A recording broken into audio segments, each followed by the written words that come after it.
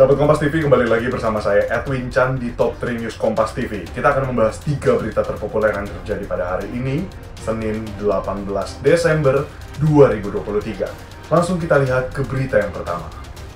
Polda Metro Jaya menetapkan seorang warga negara Korea Selatan, Kim Daljung, sebagai tersangka atas kasus pembunuhan yang menewaskan seorang petugas imigrasi bernama Trifatah Firdaus.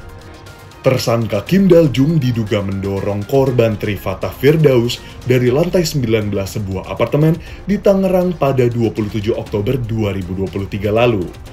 Polisi masih mendalami motif pembunuhan ini. Namun, sebelum hari kejadian terungkap Kim bersama Fatah dan seorang rekan lainnya bernama Hendar sempat bersama pergi ke tempat hiburan malam. Tempat jemuran baju juga tertekan ke bawah dan di balkon ada darah dan DNA dari pelaku. Jadi artinya tempat di mana pelaku ini jatuh itu ada DNA daripada pelaku. Ya. Kemudian juga rekan-rekan sekalian, ya, kunci pintu di mana pintu kaca ini sempat dilepas, itu ada DNA daripada pelaku. Berlanjut ke berita berikutnya, sahabat Kompas TV, Menko PMK Muhadjir Effendi buka suara soal kasus pengungsi Rohingya yang memiliki KTP. Berikut liputannya untuk Anda. 8 pengungsi Rohingya tertangkap memiliki KTP. Muhadjir Effendi menyesalkan adanya kejadian ini. Muhadjir pun belak-belakan, birokrasi telah kecolongan dan kasus ini harus ditelisik lebih jauh. Para pengungsi kok bisa mendapatkan KTP?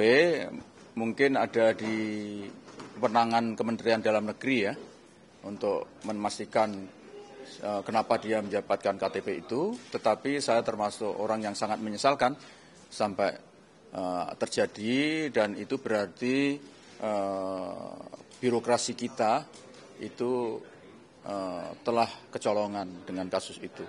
Dan harus ditelisik lebih jauh, jangan-jangan tidak hanya sejumlah itu.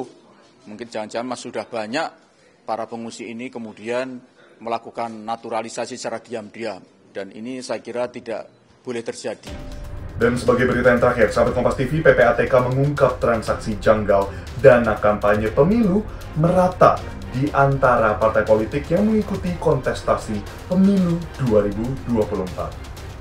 Pusat Pelaporan dan Analisis Transaksi Keuangan (PPATK) mengungkap transaksi janggal dana kampanye pemilu merata di antara partai politik yang mengikuti kontestasi pemilu 2024. Humas PPATK, Natsir Konga, menjelaskan transaksi mencurigakan yang digunakan sebagai dana kampanye mencapai lebih dari 1 triliun rupiah. Dana itu berasal dari tambang ilegal hingga penyalahgunaan BPR di Jawa Tengah.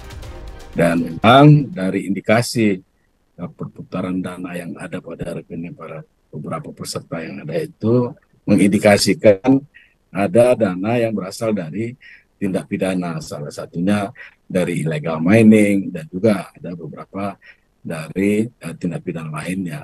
Lebih dari 1 triliun. Ya. Jadi data KPU itu memang sifatnya umum yang kita sampaikan ya, tapi itu kami kira sudah lebih dari cukup ya sebagai data awal yang komprehensif. Itulah dia sahabat Kompas TV, 3 berita terpopuler yang terjadi pada hari ini. Saya Edwin Chan pamit undur diri, sampai jumpa di Top 3 News Kompas TV berikutnya. Jangan lupa untuk berikan like, komen, dan juga share berita ini kepada kerabat dan keluarga semua. Sampai jumpa.